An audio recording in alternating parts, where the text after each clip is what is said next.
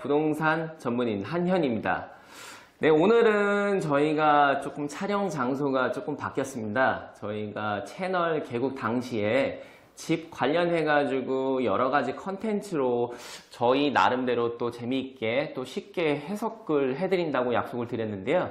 그래서 오늘은 집 관련해가지고 가장 꼭 필요하시고 많이 쓰시는 집 보험에 대해서 조금 알아보는 컨텐츠를 준비를 했습니다. 그래서 오늘 이 장소가 클로버 종합보험 사무실이고요.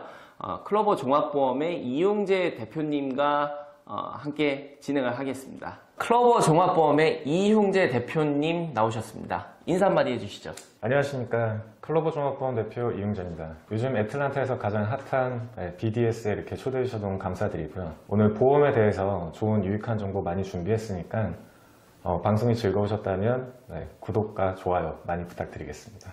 네, 이렇게 또 애틀란타 BDS 채널이 또 핫하다고 이렇게 칭해 주셨는데 네네. 보신 거 맞죠? 아주 즐겁게 잘 구독하고 있고요. 네, BTS 채널 아니고 BDS. BDS. 네, 네, 감사합니다. 또 저희도 조금 민망해서 좋아요, 구독과 좋아요 이런 거 안 했는데 이렇게 또 대신해서 이렇게 해주시니까 격려도 많이 주시고 댓글로 또 궁금하신 거를 계속 달아주시면은 또 알찬 정보로 준비하겠습니다. 여기 클로버 종합보험 광고가 내 생에 찾아온 행운. 맞습니다. 네. 어떤 식으로 행운을 주시는지 간략히 회사 소개도 한번 해주시죠. 네, 저희 회사는 2010년 조지아 둘루스에 자리를 잡았고요. 네, 한인보험 에이전시로 2010년 오픈하여 지금까지 한 곳에서 교민들을 위해 보험에 대한 다양한 서비스를 제공하고 있습니다. 집, 자동차, 사업체, 그리고 개인과 그룹의 건강보험 및 생명보험까지 안내해드리고 있고 총 40개의 보험회사와 제휴를 맺고 보다 저렴하고 실속 있는 보험을 제공하고자 저희 12명의 팀이 매일같이 힘쓰고 있습니다. 동남부 6개 주를 비롯해서 텍사스, 미시시피, 루이지애나, 캘리포니아 그리고 위쪽으로는 버지니아, 뉴저지까지 개인 사업체에 대한 모든 보험을 제공하고 있으니까 언제든지 문의 있으시면 연락 주시기 바라겠습니다.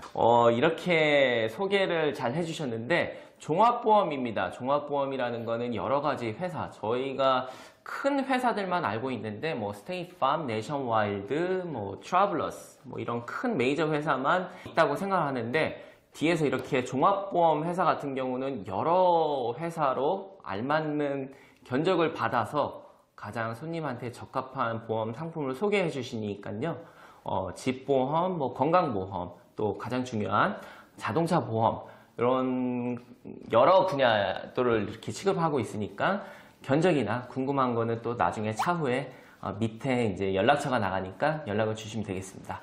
그러면 오늘 집보험에 대해서 조금 알아보려고 그러는데요. 집보험이라는 게 저희가 자동차 보험 같은 경우는 6개월이고 집보험 같은 경우는 1년에 한 번인데 맞습니다. 저희가 주변에서 자동차 보험 같은 경우는 저렴한 보험료 이렇게 쇼핑을 하시는 분들을 종종 보게 됩니다. 그렇죠. 네, 근데 집보험 같은 경우는 저희 사실 관심이 조금 좀 떨어지고 그럴 수밖에 없는 이유가 저희가 집보험 같은 경우는 처음에 융자를 통하셔가지고 집을 사실 경우에 보통은 융자 회사 또는 손님 고객분께서 직접 이렇게 하시는 경우도 있지만 이 집보험이랑 재산세 같은 경우는 은행에서 1년에 한 번씩 대납이라 그러죠? 그렇죠. 네. 보통은 이제 집을 구매하시는 분들 같은 경우 몰개지가 있으시면 이제 에스크로 어카운트를 설립을 하게 돼 있으십니다. 네. 에스크로 어카운트를 통해서 이제 텍스와 인슈런스를 대신 납부를 하게 되어 있고 그만큼을 집 몰개지 페이먼트에 얹어서 가는 경우가 많이 있는데 이런 경우에 자동차 보험과 다르게 집 같은 경우에는 관심도가 조금 떨어질 수가 있어요. 자동차에 비해서는. 아무래도 그럴 수밖에 없는 것 같아요. 에스크로라는 게 은행에서 관리를 하고 그렇죠. 재산세나 집보험 같은 경우는 은행에서 1년에 한 번씩 대납을 해주기 때문에 저희가 어떤 보험을 또 어떻게 이런 보험들이 어떻게 적용되는지에 대해서 모르고 넘어갈 때가 많고 그렇죠. 매년 그냥 자동으로 갱신이 되는 경우가 많은데 그렇다면 오늘 집 보험에도 여러 가지가 있을 텐데 네네. 예, 그 보험 종류랑 또 그 보험이 어떻게 적용이 되는지 간략히 한번 좀 설명해 주시죠. 네, 오늘 첫 번째로 일단 집보험에 대한 기본적인 상식과 집보험에 대한 종류에 대해서 먼저 이야기를 나눌 건데요. 네. 집보험은 일단 크게 네 가지로 분리를 할 수가 있습니다. 집을 처음에 구매하시는 분들, 네, 홈오너 인슈런스가 일단 첫 번째인 거고요. 두 번째는 내가 집을 사서 남에게 렌트를 주고 있는 거. 인베스트먼트 프로퍼티라든지 뭐 베이컨 프로퍼티, 베이케이션 프로퍼티를 두 번째로 예를 들 수가 있고요. 세 번째 같은 경우에는 세입자보험, 렌털스 인슈런스가 있습니다. 네. 예를 들어서 이제 아파트에 거주하시는 분들, 이제 렌트 하시는 분들이 여기에 해당이 되는 거고요. 네 번째 마지막으로는 비어있는 집, 베이컨 프로퍼티를 예를 들 수가 있는데, 요 네 가지 중에서 일단 제가 베이컨 프로퍼티에 대해서 먼저 설명을 좀 드리도록 할게요. 네. 조건이 좀 다르죠. 조건도 좀 다른데 가입 절차도 조금 까다롭습니다. 네. 일반적으로 베이컨 프로퍼티는 일반 스탠다드 보험에서 가입을 하기가 좀 어렵고요. 이것만 할 수 있는 이제 스페셜티 보험 회사로만 가실 수가 있는데, 아무래도 비어있는 집이다 보니까 보험료 측면에서도 저렴하기보다는 오히려 좀 더 비싸게 내실 수가 있고요. 그리고 커버리지 부분에서도 일반적인 스탠다드 보험과 다르게 제공받을 수 있는 보험이 약간 좀 축소되어 있는 상황입니다. 네. 예상 외에요, 이 부분이. 저희가 비어 있으면 아무래도 위험도도 떨어지고 네. 사람이 살지 않으니까 보험료가 더 싸고 그렇죠. 보험회사에서 더 선호하지 않을까 이렇게 생각했는데 그렇죠. 이 부분은 오히려 예상 외인 것 같아요. 맞습니다. 네. 예상 외일 수밖에 없는 게 보험회사가 봤을 때는 어쨌건 리스크를 좀 확연하게 이제 보고 있는 부분인 건데 비어있는 집일수록 관리가 더 안 된다고 보험회사는 생각을 할 수가 있어요. 네, 오히려 그 내가 관점에서 보면은 그렇죠. 내가 네. 집을 사서 내가 살고 있으면 조금 더 관리가 잘 될 거다라는 전제가 조건이 있다 보니까 보험회사에서는 내가 살면서 내가 사서 살고 있는 집에 대한 보험료를 조금 더 적게 측정을 하게 되어 있고요. 네. 아무래도 비어있는 집 같은 경우는 관리가 조금 소홀할 수 있다고 생각을 하기 때문에 또 그만큼 리스크가 있을 수도 있어서 보험료를 높게 측정할 수가 있습니다. 저희가 몰랐던 부분인데 상식적으로는 오히려 더 싸지 않을까 했는데 의외의 부분입니다. 그래서 맞습니다. 네, 그 방금 말씀하신 것처럼 빈집 같은 경우는 이거를 제공을 해주는 회사가 특정 회사가 이렇게 있고 조금 더 절차가 까다롭다는 거를 좀 알고 계시면 좋을 것 같습니다. 맞습니다. 네, 두 번째로 렌털스 인슈런스에 대해서 설명을 드릴 건데요. 집을 내가 리스 또는 장기 렌트를 해서 살고 계신 분들 또는 이제 아파트를 리스하시는 분들이 여기에 이제 해당 사항이 되어 있고요. 기본적으로 리스나 렌트를 하시는 분들은 집을 내가 소유한 게 아니다 보니까 책임보험과 내가 갖고 있는 프로퍼티 인슈런스에 대한 중점만 두시면 되거든요. 그러다 보니까 보험료는 다소 일반적인 내가 집을 사서 소유하고 있는 보험보다는 상당히 저렴한 편입니다. 네, 저희도 종종 이제 투자 목적으로 부동산 투자를 갖고 계시는 분들이 네. 세입자를 들여놓으실 적에 렌터스 인슈런스라는 거를 요구를 하게 돼 있습니다. 그렇죠. 네, 그래서 그 렌터스 인슈런스는 생각보다 비싸지 않은데 반드시 꼭 필요한 것 같아요.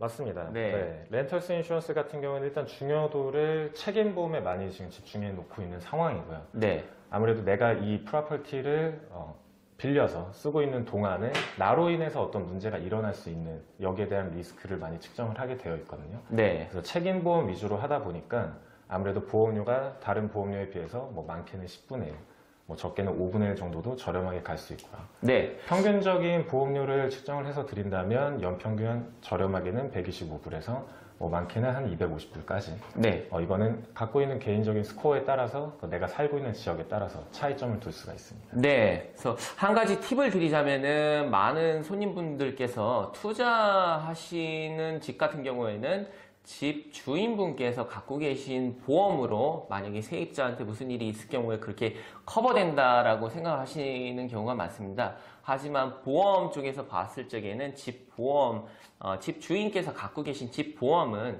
집에 대한 것만 커버가 되고요. 세입자 같은 경우는 방금 말씀하신 대로 렌터스 인슈런스라는 거를 갖고 계셔야지 세입자의 거기 거주하시는 동안 책임 부분에 대해서 이제 커버가 된다고 생각하시면 될 것 같습니다. 네, 그 다음으로 이제 제가 설명을 드릴 거는 내가 집을 사서 남에게 렌트를 주는 거. 네. 방금 전에 이제 렌털스 인슈런스를 제가 설명을 드렸는데 이와 같이 함께 늘 공존할 수 있는 보험 중에 하나거든요. 네. 내가 집을 샀는데 남에게 렌트를 주고 있다. 또는 내가 집을 사서 매일 내가 여기에 거주하는 게 아니라 베케이션으로 내가 쓰는 집들. 그렇죠. 이런 집들 이제 인베스트먼트 프로퍼티라고 많이들 얘기를 하는데 보험에서는 이제 저희가 DP3라고 얘기를 합니다. 네, 보험 보험용어로 명칭은- DP3. 네, 맞습니다. 보험 명칭은 따로 정해져 있는 상황이고요. 네. 마찬가지로 내가 집을 사서 남에게 렌트를 주는 거다 보니까 아무래도 관리가 내가 직접 하지 않는다고 해서 내가 사서 살고 있는 집보다는 보험료가 다소 조금 높게 측정이 되고 있습니다. 네. 그래서 아까 말씀드린 렌털스 인슈런스랑 지금 말씀드린 DP3 인슈런스를 같이 겸비를 하셔서 내가 집을 사서 렌트를 주시는 분은 DP3를 가입을 하시는 거고, 세입자가 들어오시면 세입자분들은 렌털스 인슈런스, 보험에서는 HO4라고 얘기를 하거든요. 이 HO4 인슈런스를 준비하시면 됩니다. 잘 알았습니다. 저희가 몰랐던 사실들이 이렇게 많이 있습니다. 보험 종류에도 많고요. 또 세입자라고 해가지고 바로 그냥 집에 들어가셨다가 혹시 만약에 무슨 일이 있을 경우에는 거기에 대한 보호를 못 받으실 수가 있으니까 이런 부분도 참고하셨다가 세입자 혹은 투자를 목적으로 부동산 투자를 갖고 계신 분들도 알고 계시면 좋을 것 같습니다. 그리고 저희가 가장 많이 이제 손님도 그러고 제 개인적으로도 그렇고 가장 궁금한 부분인데, 네네. 그렇다면 이런 보험을 탑핑을 할 적에 네네. 알아볼 적에 가격 면을 많이 관심을 가지세요. 맞습니다. 네, 어떻게 하면은 좋은 보험을 저렴한 가격으로 견적을 받을 수 있는지 이런 뭐 방법이나 뭐 팁 같은 거 있으면 좀 알려주세요. 그렇게 하겠습니다. 네. 두 번째로는 이제 알맞은 보험 구매법에 네. 대해서 제가 이제 이야기를 나눠 드릴 건데, 한 대표님께서 현재 살고 계신 집의 보험료를 얼마 정도 내신지 혹시 알고 계신가요? 저도 이렇게 또 직접 질문을 받은 게 뭐 흔치는 않은데, 네. 어림잡아 가지고는 아는데 정확한 금액은 제가 처음에 저 자신조차도 자동차 보험보다는 관심이 좀 떨어진 것 같아요. 그렇죠. 네. 아무래도 관심도가 많이 떨어지다 보니까 또 처음에 언급드렸던 대로 에스크로 어카운트를 설립을 해서 융자를 받으시는 분들의 하나에 집보험료를 에스크로에서 보통 결제를 하고 있다 보니까 집보험료에 대해서 자동차 보험처럼 관심을 많이 못 두시는 분들이 사실 대부분이세요. 네, 맞습니다. 그렇다고 해서 보험료를 잘못 내고 계신다는 건 아니지만 집보험 같은 경우에는 일단 기본 기준치를 먼저 알고 계시는 거를 제가 좀 추천을 해드리고 싶어요. 네, 이 말은 뭐냐면 기본적으로 한 30만 불 정도 되는 밸류의 집이라면 과연 집보험료가 한 얼마 정도 측정이 돼야지 평균가라고 생각하십니까? 글쎄요, 아무래도 그 시세가 있으니까 네네. 보통은 30만 같은 경우는 저희는 뭐 그 진행을 하다 보면은 융자에서도 꼭 필요하잖아요, 이 부분이. 그렇죠. 예, 대략적으로 한 1,000불 정도로 책정을 하고 진행을 하고 있습니다. 네, 네. 한 30만 불 정도 대 집이면 보험료가 한 1,000불 정도 나오는 게 이제 평균 값이고요. 여기보다 만약에 저렴하게 내신다고 하면 집보험료가 괜찮으신 편이고, 만약에 이보다 높으시다고 하면 집보험료 좀 많이 내시는 건데, 그러면 내가 지금 갖고 있는 보험료가 1,000불보다 만약에 높았을 때 그럼 나는 잘못 갖고 있냐? 사실 그렇지는 않고요. 네. 집보험료를 측정하는 데는 여러 가지 요인이 있습니다. 내가 갖고 있는 개인적인 인슈런스 스코어도 있고요. 네. 크레딧 스코어도 어느 정도 영향을 줄 수가 있고, 내가 살고 있는 집의 연식, 크기는 이제 뭐 스퀘어피트로 미국은 계산을 하잖아요. 이런 스퀘어피트도 많은 영향을 줄 수가 있고요. 그 사는 지역이 어디냐에 따라서, 네, 어떤 환경이고 어떤 학군이냐에 따라서 네. 스퀘어피트당 계산되는 가격이라는 게 조금씩은 달라요. 네. 네, 같은 2,000 스퀘어피트짜리 집도 어느 지역에 있느냐에 따라서 집 가격이 다르듯이 보험이 보는 것도 조금은 다르게 측정이 되고 있습니다. 좀 아까 개인 크레딧 점수, 신용 점수에 따라서 보험료도 조금 영향이 있다고 말씀하셨는데, 네네. 그렇다면은 한 가지 질문이 있어요. 제가 만약에 갖고 있는 보험료가 다소 좀 높은 편입니다. 네네. 시세보다 다소 높은 편인데, 보험 이제 집을 살 당시에 융자를 제 개인 이름으로 받았다 네네. 하면은 만약에 배우자나 네. 예, 다른 가족분 저보다 신용점수가 더 높으신 분이 신용점수가 더 좋으신 분이죠. 그렇죠. 예, 그분을 보험에 넣었을 경우에는 가격 변화가 있을까요? 변화가 있습니다. 네. 일단 보험에서는 배우자와 함께 인슈런스 코어를 쉐어를 할 수가 있고요. 이 말은 뭐냐면 내가 보험에 가입하는데 내가 만약에 기혼자라고 했을 때 부모, 자식 또는 친구, 형제끼리는 보험을 쓸 때 이름을 내가 같이 쉐어를 할 수는 없어요. 아, 네. 하지만 부부는 그게 가능하거든요. 아, 네. 그렇죠. 예를 들어서 남편 이름으로 집을 구매를 할 때 내가 만약에 갖고 있는 스코어가 별로 좋지가 않다라고 했으면 배우자인 와이프 이름으로 집보험을 가입을 하셔도 됩니다. 아, 네. 네, 와이프 이름으로 메인으로 가입을 하시고 같이 또 남편 이름을 같이 세컨 네임드 인슈어드로 넣으실 수가 있어요. 이렇게 됐을 때는 first named insured인 만약에 와이프 이름으로 들어갔을 때 보험료가 저렴하게 나오면 네. 굳이 내가 내 이름으로 집을 구매한다 하더라도 배우자의 이름을 빌려서 보험료를 좀 낮출 수가 있고요. 네. 네. 이런 방법이 첫 번째가 있고요. 두 번째로는 내가 현재 갖고 있는 자동차 보험 회사와 컴바인 멀티 디스카운트를 했을 때 네. 과연 디스카운트를 적절하게 받을 수 있는지도 한 번쯤 체크해 보시는 것도 좋은 방법입니다. 네. 이 영상을 보시고 혹시 갖고 계신 보험이 다소 좀 높다고 생각하시는 분들이 만약에 이 클로버 종합보험 연락하시면은 견적을 도와주시는 거죠? 그럼요. 네. 물론입니다. 여러 가지 이렇게 여러 회사를 취급하고 있는 에이전시이기 때문에 분명히 잘 도와준다고 약속을 하셨으니까 만약에 갖고 계신 보험이 지금 현재 시세보다 조금 높다 생각하시면은 밑에 연락처를 한번 전화를 주세요. 이용재 대표님이나 이 회사에 연락을 주시면은 아마 잘 맞는 상품을 견적을 아마 찾아주실 거라고 방송을 통해서 이제 약속을 해주시니까요. 네, 한번 연락을 해주시는 것도 좋을 것 같습니다. 네. 방금 전에 말씀드린 이 두 가지 이외에도 이제 몇 가지가 제가 한 두 가지만 더 말씀을 드릴 텐데, 집보험 같은 경우에는 혹시 내가 집에 알람이 설치가 되어 있다면, 네. 알람이 설치되어 있는 경우는 알람 시스템도 있고 여기에 대해서 서비스를 꼭 받고 계셔야 돼요. 알람 회사를 통해서. 만약에 기계만 설치가 돼 있고 연결이 안 돼 있다 하면은 그러면 디스카운트를 받을 수가 없죠. 적용이 안 되고요. 그렇죠. 꼭 반드시 알람 회사로부터 서티피케이트를 확보를 해 놓으셔야 돼요. 네. 네, 그런 경우에는 보험회사가 알람에 대한 디스카운트를 줄 수가 있고요.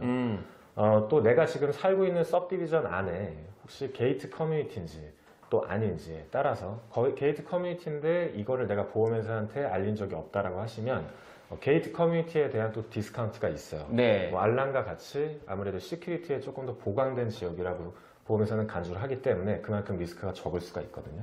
여기에 대한 디스카운트도 받으실 수가 있으니까 이 두 가지를 꼭 챙겨보시면 좋을 것 같습니다. 네. 갖고 계신 보험이 혹시 이런 디스카운트가 적용이 돼 있는지 한번 확인을 하는 것도 디스카운트를 받으시는, 절감하시는 방법이실 것 같아요. 맞습니다.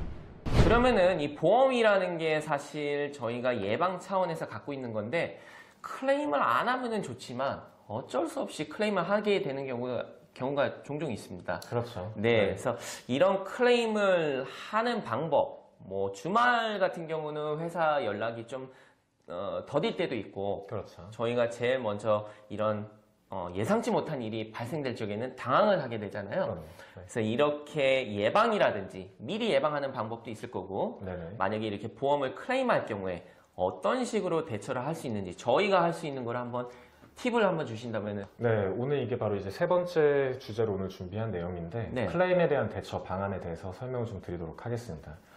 일단 클레임을 하게 되는 집에 이제 어떤 사고가 일어나게 되는 상황인 거죠. 많은 분들이 되게 당황을 많이 하세요. 그렇죠. 저 또한 뭐 집에 무슨 일이 있을 때 당황을 할 수밖에 없는 네. 상황인 건데 일단은 2차 피해가 일어나지 않을 수 있도록 조치를 취하시는 것을 좀 권장해 드리고요. 예를 들어서 만약에 물이 샌다. 그렇죠. 물이 샌다. 네. 또는 집에 화재가 났다. 일단 물에 대한 이야기를 제가 먼저 나누도록 하겠습니다. 만약에 집에 워터 데미지가 생겼을 때 일단 이 워터 데미지 나는 거 이전에 시청자 여러분들한테 좀 말씀드리고 싶은 거는 집에 워터 파이프 라인, 특히 이제 워터를 셧오프할 수 있는 메인 밸브를 얘기하는 거예요. 네.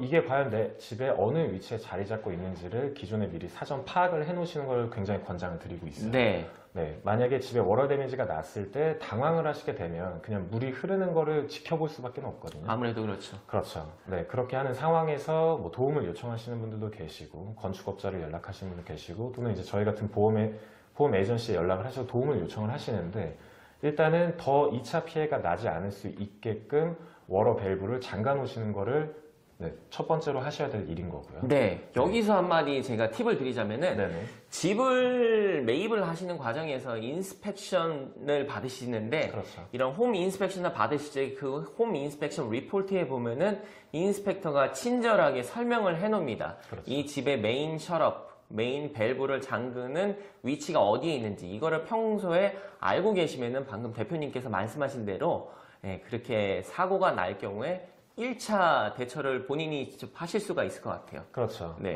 저도 여기 더불어서 팁을 하나 드린다고 하면 보통 집에는 워터 밸브가 거라지에 있는 경우가 많이 있어요. 네. 베이스먼이 있으시다면 베이스먼트에 있는 경우도 있고요. 네. 그러다 보니까 만약에 집에 워터 데미지가 났을 경우에 수도꼭지 이제 퍼셋만 갖고 생각하지 마시고 네. 거라지도 한번 살펴보시고 베이스먼이 있으시다면 베이스먼트를 한번 살펴보시는 거를 추천을 해드리고요. 네.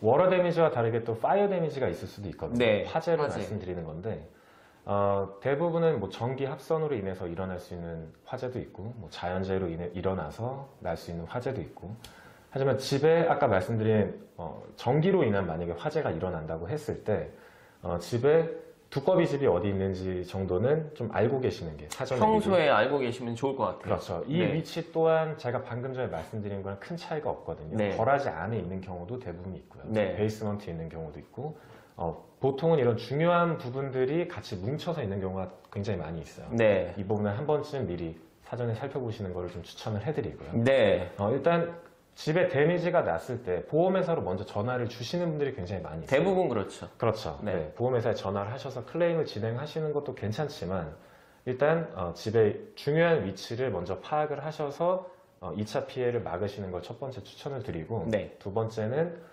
여기와 관련된 전문 업체에다가 연락을 하셔서 도움을 요청하시는 것을 좀 추천을 해드립니다. 네. 예를 들어서 벽에 워러 데미지가 생겼으면 네. 건축하시는 분들에게 연락을 하셔서 사전에 미리 이스티메이트를 보시는 거죠. 네. 네.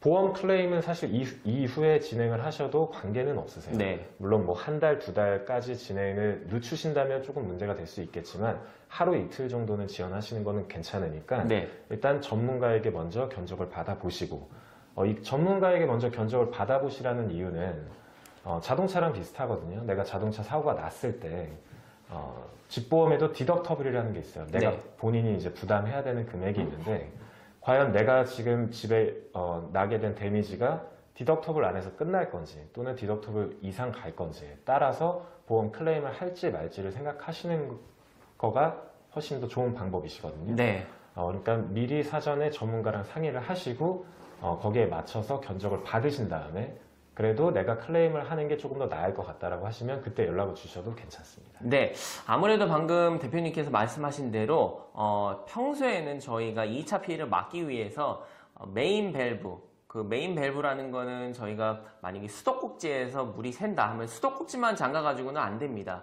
계속 물은 새고요. 저 카우니에서 메인 상수도라 그러죠. 그 물이 집 안으로 들어오는 그 원점이 되는 그 부분을 메인 셧오프를 하셔야지 2차 피해를 막으실 수가 있고요. 방금 말씀하신 대로 두꺼비 지발 그러죠. 한국말로 퓨즈박스의 위치를 평소에 잘 알고 계셨다가 만약에 전기 문제가 있을 경우에 그 대처를 하시는 게 하나의 방법인 것 같고요. 맞습니다. 네. 여기에 더불어서 제가 이제 몇 가지 좀 팁을 좀 드리고 싶은데 대부분 집을 구매하시는 분들이 뭐 어프레저리나 인스펙션을 통해서 집의 상태를 미리 사전 파악을 하시는 분들이 많이 있으실 거예요. 네. 이것만 보고 우리 집이 괜찮겠구나 생각하지 마시고 조지아에도 물론 새 집이 많지만 좀 오래 연식이 된 것도 분명히 있거든요. 네. 그러다 보면 특히 워러 데미지 같은 경우에는 몇 가지 파이프만 눈여겨보면 사실 피해를 조금 최소화하실 수가 있어요. 네. 이 말은 뭐냐면 집안의 화장실 또는 주방의 워러 라인 쪽, 버셋 있는 쪽을 보시면 보통 이제 호수가 있거든요. 네. 이 호수가 플라스틱으로 되어 있는 게 아직도 굉장히 많이 있을 거예요. 네. 옛날 집 같은 경우는. 그렇죠. 대부분 네. 저희가 이제 워러 데미지 클레임 들어오는 상황을 봤을 때 이 플라스틱으로 되어 있는 호수가 떨어져 나갔다든지 아니면 크릭이 생겼다든지 이런 부분으로 사실 워러 데미지가 나는 경우가 굉장히 많이 있거든요. 네. 하지만 저렴하게 호수를 구매를 하셔서 네. 사전에 집에 좀 리플레이스를 하시면 큰 2차 피해를 막으실 수 있는 또 하나의 방법이 될 수 있으니까 이걸 한번 미리 집을 구매하시는 분들 같은 경우에 내가 새로 구매하는 집에 만약에 워러 파이프라인 호수가 플라스틱으로 되어 있으면 스테인리스로 되어 있는 걸로 한번 바꿔보시는 것도 괜찮은 방법이고요. 네. 이와 더불어서 바깥의 엑스테리어도 한번 보시는 게 좋을 것 같아요. 네. 이 말은 뭐냐면 조지아 같은 경우는 크게 자연재해가 많이 있지는 않아요. 네. 하지만 가끔 이제 여름철에서 가을철 지나갈 때 뭐 허리케인이라든지 토네이도라든지 이런 자연재해가 종종 오긴 하거든요. 올해 같은 경우에도 허리케인의 피해가 여러 차례 있었는데 이로 인해서 이제 바깥에 같은 경우에는 나무가 쓰러지는 경우가 종종 발생이 됐었어요. 네. 나무가 쓰러지면서 클레임을 하시는 중간에 이게 우리 집 나무다, 옆집 나무다 이걸로 실갱이가 일어나는 일들이 종종 발생이 되거든요. 네. 만약에 옆집 나무가 우리 집으로 쓰러졌다라고 생각하셨을 때 대표님께서는 어떻게 생각하세요? 옆집 나무가 저희 같은 경우도 실제로 이런 연락을 많이 받는데요. 네네. 옆집 나무가 쓰러져도 당연히 저희 생각에는 옆집에서 책임을 져야 될 것 같지만 그렇지가 않더라고요. 맞습니다. 네. 제가 이 부분에 대해서도 여러 차례 한번 설명을 드린 적이 따로 있었었는데 물론 옆집 프라퍼티라 하더라도 이게 우리 집에 쓰러졌을 경우에 자연재해로 쓰러진 거지 고의적으로 쓰러뜨린 게 아니다 보니까 그거는 내 보험, 옆집 보험이 아닌 내 보험으로 사용해야 되는 게 맞고요. 물론 네. 여기 안에는 예외가 좀 발생될 수가 있습니다. 네. 예를 들어서 나무가 사전에 미리 썩어 있었다든지 또는 여러 차례 내가 나무를 베어달라고 요청을 했는데도 그러지 않았을 경우 이런 경우에는 옆집 보험을 해야 되는 게 맞아요. 네. 하지만 이런 상황이 아닌 자연재해로 쓰러진 나무는 어쩔 수 없이 내 보험으로 처리를 해야 됩니다. 네. 그래서 저희가 이런 부분 같은 경우는 상식 외로 다르게 진행되는 경우가 있고 보험회사 관점에서 봤을 적에는 저희가 생각했을 적에는 이거는 당연히 이쪽에서 커버를 해줘야 되지 않나 이렇게 생각하는데 실제로 보험회사에서는 다르게 진행되는 경우가 있으니까요.